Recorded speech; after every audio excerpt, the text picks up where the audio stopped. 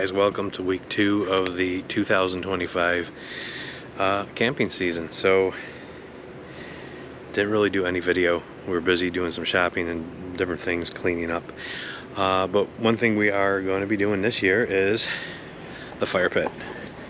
Fire pit used to be right there. We're moving it here. We're really tired of having to do the mulch every year, so we pulled off the little divider, plastic doohickey, whatever the hell they call that, raked, blew the leaves, and we're gonna put in about a 12-foot circle with rocks around this. Then we don't have to worry. Then the rest of this will put seed down and pray that we get grass. We are trying a new grass seed from a new company that we haven't heard of before, and so it's down, and it's more for shaded areas and poor soil, which we kind of have both, so see how that goes. Next week is the seasonal